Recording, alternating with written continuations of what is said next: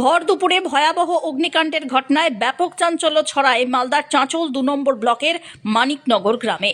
অগ্নিকাণ্ডে ভস্মীভূত একই পরিবারের 2টি বেডরুম সহ একটি রান্নাঘর। খবর পেয়ে ঘটনাস্থলে পৌঁছন মালতীপুরের বিধায়ক আব্দুর রহিম বক্সী। ক্ষতিগ্রস্ত পরিবারকে আর্থিক সাহায্য দেওয়ার পাশাপাশি নতুন ঘর তৈরি করার আশ্বাসও দিয়েছেন বিধায়ক। জানা গিয়েছে, মানিকনগর গ্রামের বাসিন্দা দিনমজুর শাহজাহান আলীর বাড়িতে শনিবার আনুমানিক দুপুর 2টা নাগাদ হঠাৎই আগুন লাগে। আগুনের লেলিহান শিখায় পুড়ে ছাই 2টি শোয়ার ঘরই। সেই ঘরে মজুদ ছিল আসবাবপত্র থেকে শুরু করে যাবতীয় সামগ্রী। স্থানীয়রা আগুন দেখতে পেয়ে খবর দেন দমকলে। দমকলের একটি ইঞ্জিন ঘটনাস্থলে এসে আগুন নিয়ন্ত্রণে আনে।